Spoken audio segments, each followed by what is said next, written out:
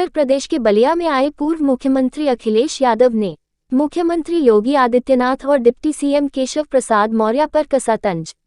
कहा, यह बड़ी लड़ाई है, 5000 साल पुरानी है। योगी जी जवाब नहीं देना चाहते, इसलिए दोनों अपने असिस्टेंट को आगे करते हैं सीएम। बीजेपी सरकार में माफियाओं और सूदखोरों का है बोलबाला। किसानों की कर्ज माफी तो सूदखोरों की कर्ज माफी भी सरकार की जिम्मेदारी। सूदखोरों से है बीजेपी और सरकार से संबंध, इसलिए नहीं चला योगी का बुलडोजर। बलिया में सूदखोरों के आतंक से व्यापारी नंदलाल गुप्ता के सुसाइड मामले में उनके परिजनों से मिलने आए अखिलेश यादव ने मुख्यमंत्री और डिप्टी सीएम पर सवाल उठाते हुए कहा कि इतने बड़े पीठ का पीठेश्वर के राज कोई सूदखोर कैसे किसी की जान ले सकता है, यह कैसा न्याय है। डिप्टी सीएम केशव प्रसाद मौर्य क्यों पीड़ित परिवार से नहीं मिलने आए। दोनों डिप्टी सीएम मुख्यमंत्री के असिस्टेंट खुद जवाब नहीं देना चाहते योगी जी, इसलिए इनको करते हैं आगे।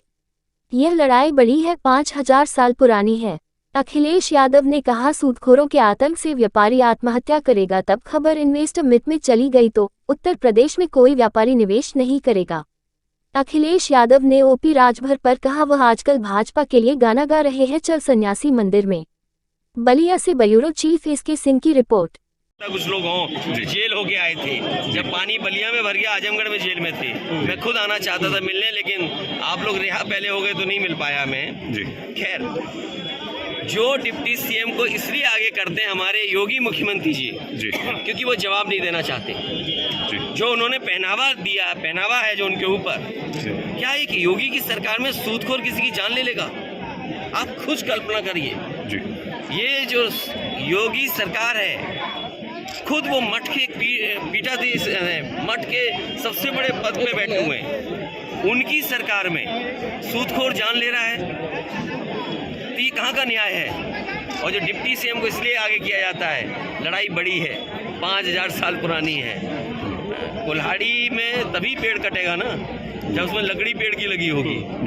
तो ये सब वो लोग हैं जिन्होंने किसी को न्याय नहीं दिलाना है। डिप्टी सीएम यहाँ क्यों नहीं आए? मुझे याद है बलवंत सिंह कस्टोडियल डेथ हुई उसकी, सरकार ने उसकी पत्नी को सरकारी नौकरी नहीं दी, 1 करोड़ की मदद नहीं की। कन्नौज में एक साकी समाज का था, ये डिप्टी सीएम उनके घर गए थे, उसकी पत्नी को सरकारी नौकरी क्यों नहीं दे रहे? हम तो कहते हैं नंदलाल गुप्ता की पत्नी को सरकारी नौकरी सरकार दे। साकी परिवार छिबरामऊ कन्नौज में उसकी जान की उस पत्नी को सरकारी नौकरी दे। बलवंत सिंह वो तो मुख्यमंत्री जी के स्वजाती हैं, उनकी पत्नी को सरकारी नौकरी दे, क्यों नहीं दे रही सरकार? इसलिए जानबूझ करके खुद जवाब नहीं देना चाहते मुख्यमंत्री, इसलिए 2 असिस्टेंट उन्होंने मंत्री रखे हुए हैं। असिस्टेंट मंत्री हैं ये। उप मुख्यमंत्री क्या होता है? क्या कहना मानोगे? उनका याद है कौन सा गाना गाते थे? जी, कौन सा? चल सन्यासी मंदिर में। और अगर दूसरी लाइन उसकी पढ़ लेते, वही तो कर रहे हैं आजकल, बजा कर रहे हैं। चल सन्यासी मंदिर में, उसकी दूसरी लाइन क्या है गाने की? क्या होगा, क्या बजता है? तो वो बजा रहे हैं बीजेपी के संग। पढ़ाने के लिए लिया होगा पैसा, ये जिम्मेदारी सरकार की है। जब सरकार अपने बैंकों से पैसा नहीं दे पाती है, आसानी से पैसा नहीं दे पाती है, तब ये सूदखोरों के पास जाते हैं जो लोकल स्तर पर दबंग लोग होते हैं। और बीजेपी की सरकार में माफियाओं का, सूदखोरों का बोलबाला है। अगर ये घटना बलिया में हुई है और जगह भी जब इस बात को लाया गया था सामने कि जब किसानों का कर्ज माफ हो रहा है तो सूदखोरों का कर्ज माफ कौन करेगा? ये सवाल उस समय भी उठा था।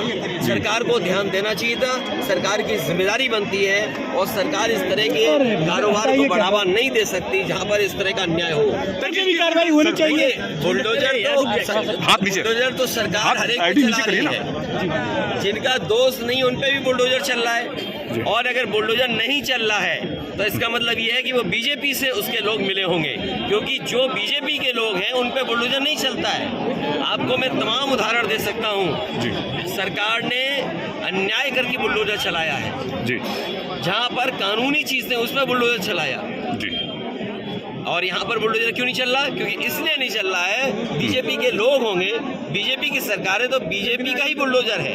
वो सरकार का न्याय दिलाने का बुलडोजर नहीं है, वो बीजेपी का बुलडोजर है। अगर बीजेपी का बुलडोजर है तो बीजेपी अपने लोगों पर कैसे बुलडोजर चलाएगी?